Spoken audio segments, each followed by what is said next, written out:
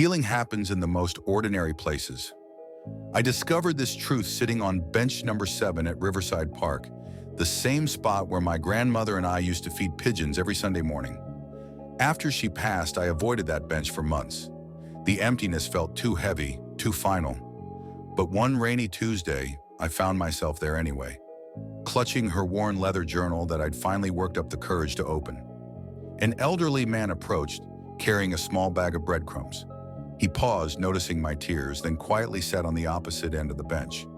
Without a word, he began scattering crumbs for the pigeons that had gathered despite the drizzle. We sat in comfortable silence for 20 minutes. As he prepared to leave, he turned to me and said, "She must have been special. The pigeons remember her too." I looked down at the birds pecking around our feet, the same ones grandmother had named and worried about through harsh winters. In that moment, I realized grief wasn't about forgetting or moving on. It was about finding new ways to carry love forward.